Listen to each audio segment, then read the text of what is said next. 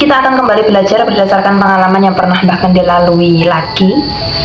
Kisah apa Mbah, atau perjalanan atau kenangan apa yang jenengan alami ketika jenengan melakukan topo ngalam atau lelaku atau tirakatan yang sampai sekarang dan hingga sampai kapanpun tidak mungkin jenengan lupakan? Setiap orang yang menjalankan topo ngalam atau lelaku ngalam, atau orang yang membara, atau orang musafir, pasti memiliki kisah-kisah yang mana tidak dapat dilupakan. Kita akan bercerita pengalaman kami kesana kemari, yang mana kita atau saya memang senang sekali untuk menikmati keindahan alam, yang intinya kami ingin menyibukkan diri, karena sepi itulah kami senang, dan sepi itulah kita bisa berfokus untuk memikirkan siapakah saya sebenarnya, dan saya adalah manusia. Manusia ini diperintah untuk apa? Setelah hidup di dunia ini kita pasti akan kemana? Arah kita kemana? Apa yang kita cari? Apa yang kita gapai? Kemudian di manakah tempat yang terakhir kita di akhir zaman nanti? Permasalahan-permasalahan itu kita pelajari pada saat kita bersendirian, atau pada saat kita memfokuskan pikiran, atau dapat kita katakan kita bermeditasi, sembung antara kaulon dan bendoro, sembung yang diciptakan dan sembung kepada yang menciptakan. Dapat dikatakan bahwa sembung dari hamba kepada Tuhannya tidak mudah yang kita lakukan, karena kita bersembung saja, tidak mengenal, tidak mengetahui pewujudan Tuhan. Tentu kita memiliki jawaban-jawaban yang tidak pantas kita utarakan di sini, karena kadang-kadang kita akan bertabrakan dengan pendapat dari teman-teman yang lain. Kita akan bercerita seringnya kita masuk hutan, seringnya kita bermalam di tempat-tempat yang sepi. Tentu kita memiliki pengalaman-pengalaman yang aneh-aneh sekali. Tentu kadang kita apabila masuk ke dalam hutan tempat keramat, kita mendapat serangan-serangan, yaitu dari bangsa astral atau bangsa halus. Ada pula yang mereka bangsa halus mengintai kita, membutuhkan kita, mengintai kita sampai rumah. Kadang kita juga diganggu oleh bangsa-bangsa yang membutuhkan perjalanan kita. Kadang di dalam mereka mengintai, maka mereka juga mengganggu kepada anak-anak kecil yang ada di rumah, ataupun juga mereka juga membuatkan sinyal-sinyal yang panas, energi yang negatif, sehingga kadang kita bertengkar kepada istri, bertengkar kepada saudara-saudara, yang mana mereka lebih senang untuk mengguncangkan sebuah permasalahan yang berbahaya. Namun juga ada sosok-sosok mereka yang mengintai dan mereka mengepren atau mengidolakan kita, sehingga kadang mereka selalu mendampingi kita walaupun kita tidak memerintahkan dan kita tidak merasakan didampingi. Namun ada tanda-tanda bahwa kita berdampingan dengan sosok-sosok yang tidak kasat mata. Tentu teman-teman sudah tahu bagaimana mereka mendampingi kita. Mungkin pada kita membutuhkan pertolongan yang mana harus kita selesaikan dengan hal yang real, yang nyata. Namun mereka juga menolong dengan perbuatan yang tidak masuk akal.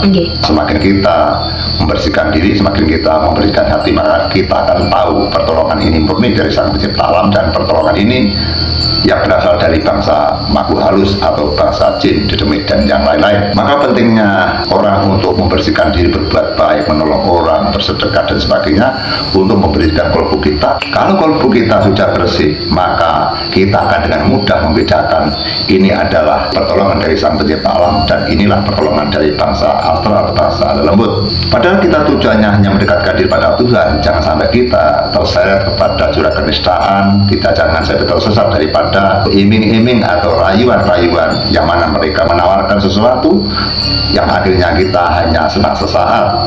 Apabila ada orang yang suci, ada orang yang senang bertirakat, mereka yang senang kepada manusia baik, maka mereka selalu mendampingi orang-orang yang baik, sehingga makhluk-makhluk yang tidak kasat mata, tidak begitu jauh dengan sifat-sifat kemanusiaan. Mereka bangsa astral, bangsa halus juga ada yang jahat, namun juga ada yang baik. Pertanyaan Mbah, mereka itu mendampingi manusia itu dalam bentuk dharmanya mereka atau gimana Mbak? Padahal kan meskipun mereka tidak mendampingi manusia, kan kehidupan mereka juga nggak masalah tuh Mbak. Mereka bermaksud untuk berteman, atau mereka mencintai kepada makhluk-makhluk Tuhannya. Seperti halnya kita mencintai seperti hewan sapi, kerbau, kambing, bahkan kucing atau anjing, maka tidak terasa bahwa mereka berdampingan dengan makhluk yang lain. Seperti halnya bangsa jin juga demikian, mereka merasa berteman kepada makhluk-makhluk Tuhan, walaupun toh banyak orang yang mereka tidak mau didampingi sosok-sosok seperti bangsa halus. Saya berpendapat bahwa kita sebagai hamba ciptaannya saja, dan kita tidak patut untuk mencela, menghina kepada ciptaan Tuhan. Kita diciptakan yang seperti ini, kita bersyukur kepada Tuhan, maka kita wajibnya untuk menyukuri apa yang diciptakan Tuhan, dan kita tidak boleh menghina kepada ciptaannya Tuhan, karena Tuhan menciptakan seluruhnya yang ada di jagat raya ini pasti ada gunanya, seperti kambing, semut, harimau, ular, buaya, ikan, dan sebagainya. Semua adalah berfungsi kepada kegiatan masing-masing dan berguna bagi alam semesta ini. Maka bagi saya, kita untuk lebih condong ke satria, condong yang jujur, kita tidak patut untuk membenci kepada hal-hal yang diciptakan Tuhan. Namun kita harus bisa membedakan, memilah dan memilih mana yang patut kita jalankan, mana yang kita untuk berserah kepada ciptaan Tuhan. Seringnya kita ngulandoro, atau seringnya kita yaitu atau perilaku alam, kadang-kadang kita tidak sengaja berserah dengan hal-hal yang kita tidak sadari. Pernah sekitar jam 8 malam saja setelah Isya, kami merasa ngantuk dan kami merasa ketakutan dan merinding, padahal masih ramai sekali motor hilir mudik, tetangga masih berjagungan ramai sekali di depan rumah. Tapi kenapa kita merasa ketakutan dan rumah itu seperti bergetar saja, seperti ada lindu, dan kita sempit, kita ciut, kita ketakutan, padahal alam itu, rumah itu sangat ramai sekali karena masih baru sholat Isya. Maka dari itu pada saat terjadinya hal yang aneh itu, kita merinding dan kita mencoba untuk tidur, yaitu di depan pintu. Pintu itu tidak saya kunci, hanya saya buka sedikit saja. Tengah-tengah kesadaran dan sadar dan tidak sadar, namun kita juga masih bisa mendengarkan gesekan kaki, jangkaan kaki, telapak kaki, orang berbicara, orang beraktivitas, motor hilir mudik. Kita jelas sekali mendengarkan, karena kita belum tidur, teman-temanku. Kita tidur terlentang di depan pintu, kita muncul ke arah utara. Tiba-tiba ada manusia yang datang, mereka menduduki kepada leher saya. Kemudian tentu kita merasa tercekik, kita merasa tidak bisa bernapas, kita merasa sesak, maka kita mengucapkan kata-kata, "Siapa kau? Siapa kamu?" Mereka tidak mau menjawab. Apa maksudnya saya dicekik seperti ini?